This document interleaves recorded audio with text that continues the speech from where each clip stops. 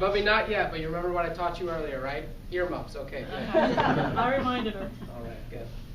Ladies and gentlemen, friends and family, fellow patriots, thank you all for spending the last 2 days here in Philadelphia for this happy occasion. I will be brief and end this speech before Sunday because, as the great Benjamin Franklin once quipped, guests, like fish, begin to smell after 3 days. And although that stench is nothing compared to my dad's 20-year-old package of craft singles that he has in his refrigerator. Congratulations, Jamie. Half of that is now yours. We are gathered here in the Constitution Center today because of my dad's fascination with America's colonial history, and Ben Franklin in particular, if you have probably concluded that. Many of you may know I am named after Mr. Franklin, Benjamin. My father also has a shelf of Franklin paraphernalia, including busts, pictures, and even a bobblehead of Mr. Franklin. He also has several books and web article printouts at the ready next to the toilet. That is where most of his knowledge comes from. With this knowledge, he often challenges and stumps national park rangers over at Independence Hall. But for a person who is so well versed in Franklin's teachings, he has clearly missed certain quotations, as shown by the current size of his waistline. To lengthen thy life, lessen thy meals. As well as, I guess I don't so much mind being old as I mind being fat and old.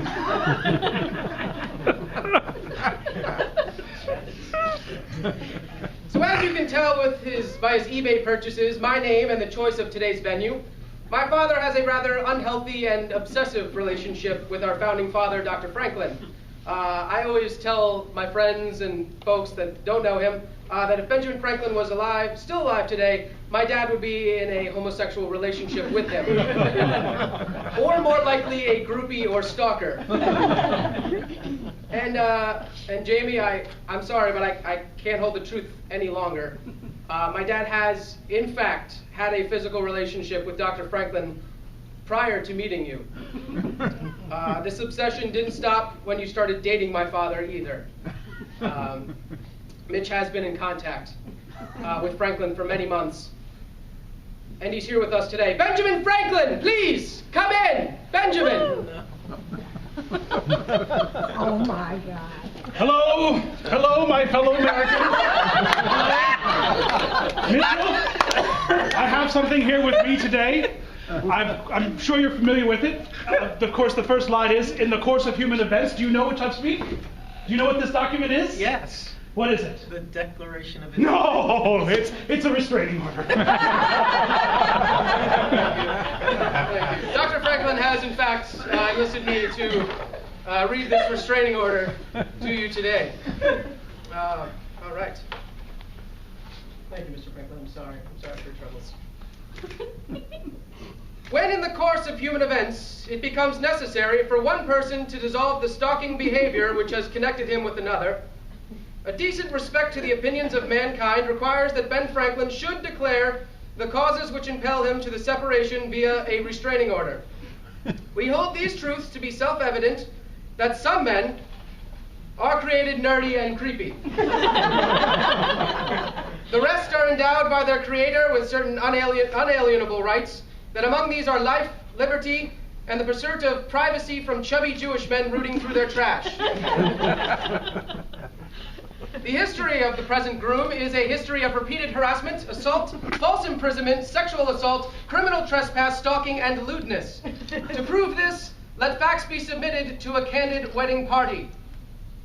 These following grievances of Mr. Franklin's. He has refused to stop sending Dr. Franklin harassing messages on QuakerDate.com. He has refused to shower or shave his armpit hair in order to resemble a French prostitute and draw Dr. Franklin's interest. He recently shattered Dr. Franklin's glass harmonica while trying to serenade him with Billy Joel's I Love You Just the Way You Are. He repeatedly refers to Dr. Franklin, a doctor I speak, as one of the fondling fathers. He has caused the stress that led to Dr. Franklin's hairline to recede.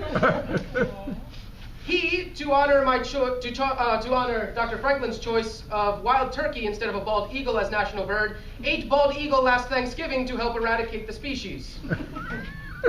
He has used creepy pickup lines, such as, "I wish we had the same parents so I could express my brotherly love."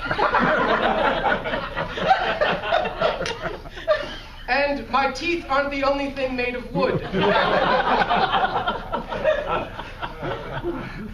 He has ruined previous editions of Poor Richard's Almanac by rearranging the printing press to read, "Be Frank and Mitch forever."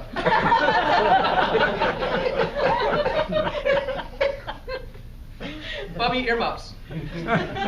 He has showed up to Dr. Franklin's home in the nude with a kite and key attached to his genitals, proclaiming, "Do you feel the electricity?" One last earmuff, Bubby.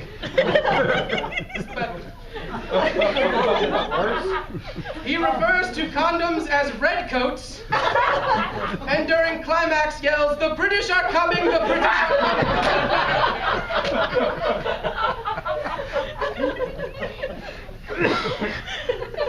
Benjamin Franklin therefore solemnly publishes and declares he is, and ought to be, a free and independent person that is absolved from being within at least 1,776 feet of Mitchell Youngerman, and for the support of this restraining order pledges his life, his fortune, and his sacred honor. Once again, I'm sorry, Dr. Franklin.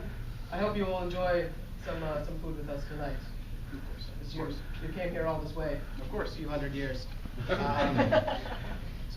right. So, Pops, I'm sorry that you lost the right to be close to one love of your life tonight, but I'm glad you have finally found one that clearly makes you happy every time I see you guys together, and you guys are both a lot of fun, and you finally found that one, and I'm happy for you. So as Benjamin Franklin has said in the past as well, marriage is the most natural state of man, and the state in which you will find solid happiness, and you have found that today. So with that, I say, L'chaim. L'chaim. Your life.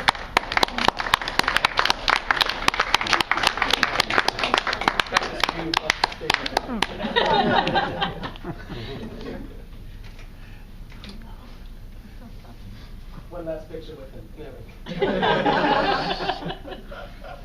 Hey, where's that? Separate those two.